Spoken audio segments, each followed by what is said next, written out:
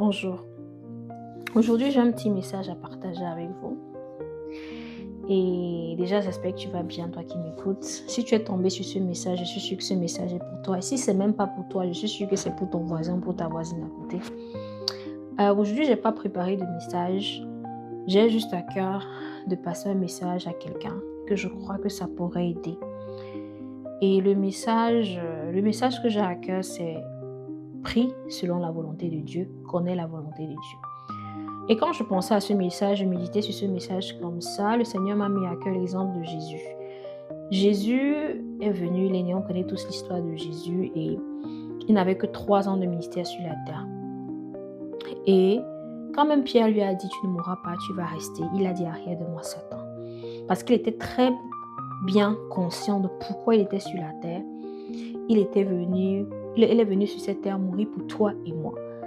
Et il n'avait pas d'autre chose à faire que faire ça. Donc, il était aligné avec la volonté de Dieu. Donc, toute prière qui allait à l'encontre de Jésus devait être alignée avec la volonté de Dieu sur la terre pour le temps qui avait été imparti pour la volonté de Jésus.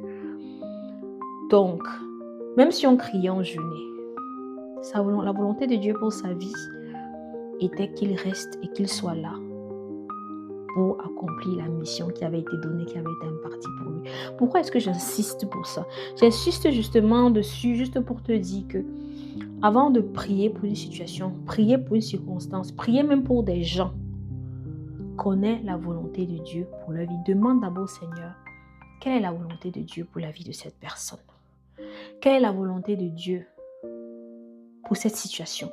Quelle est la volonté de Dieu pour cette circonstance? Est-ce que quelque part, je ne suis pas dans l'erreur? Parce que connaître la volonté de Dieu nous fait gagner en temps, en énergie et même en espoir.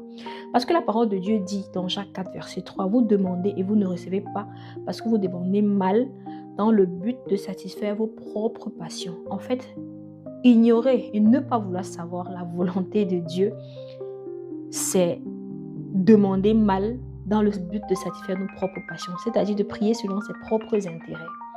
Donc certaines prières dans nos vies ne sont pas exaucées, pas parce que le Seigneur ne nous a pas écoutés, mais parce que ce n'est tout simplement pas dans sa volonté de le faire. Donc aujourd'hui, toi qui m'écoutes, j'aimerais te dire, recherche la volonté de Dieu, mets tes genoux au sol et prie, le Seigneur va t'écouter. Ciao, ciao.